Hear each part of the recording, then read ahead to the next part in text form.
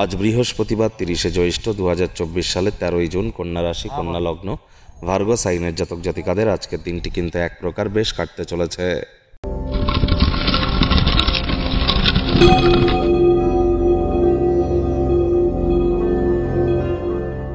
ভিডিওটির শুরুতে স্ক্রিনে আপনারা দেখতে পাচ্ছেন বৃহস্পতির বীজ মন্ত্র ওম গ্রাং গ্রেং গ্রং সগুরাবে নামা।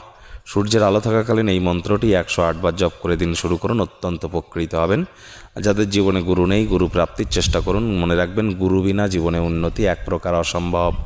বন্ধুরা, কয়েকদিন আগেই কিন্তু বৃহস্পতি রাশি পরিবর্তন করেছে এবং বৃহস্পতি রাশি পরিবর্তন করে বৃষভ রাশিতেই থাকবে 2025 সালের 14ই মে পর্যন্ত, যার ফলস্বরূপ আগত একটি বছর আপনাদের উপরে ঠিক কী কী প্রভাব পড়তে পারে সে বিষয়ে বিস্তারিত আলোচনা সহ একটি ভিডিও চ্যানেলে কিন্তু অলরেডি আপলোড করা হয়েছে আপনাদের রাশির উপরে। আর কয়েকদিন পর 30শে জুন কিন্তু শনি বক্রি হবে, তার প্রভাব আপনাদের উপরে কী পড়বে একটানা 140 দিন সে বিষয়েও ভিডিও আপলোড করা হয়েছে। সময় সুযোগ বুঝে দেখে শুনে নেবেন, আই বাটনে লিঙ্ক দিয়ে দেব।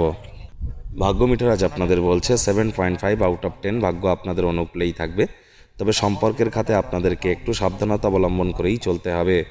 আজ কায়িক পরিশ্রম হলেও শরীর মনে সতেজতা এবং তরতাজাই আপনারা অনুভব করবেন।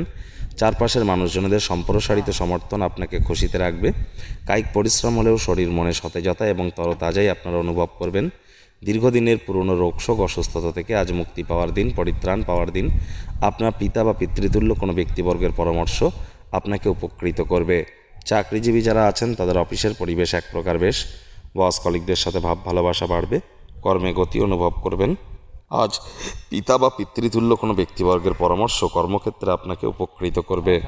আপনার সঙ্গে থাকা মানুষজনেরা আপনার উপর বিশেষ খুশি হবেন না, তবে তাদেরকে সন্তুষ্ট করার জন্য আপনারা যাই করুন না কেন, আজ আপনার উপার্জন করার ক্ষমতা বৃদ্ধি করবার জন্য সেই মনোবল এবং ব্যবহারিক জ্ঞান কিন্তু আপনাদের থাকতে চলেছে। সহায়ক গ্রহগুলি আপনাকে সন্তুষ্ট রাখার চেষ্টা করবে।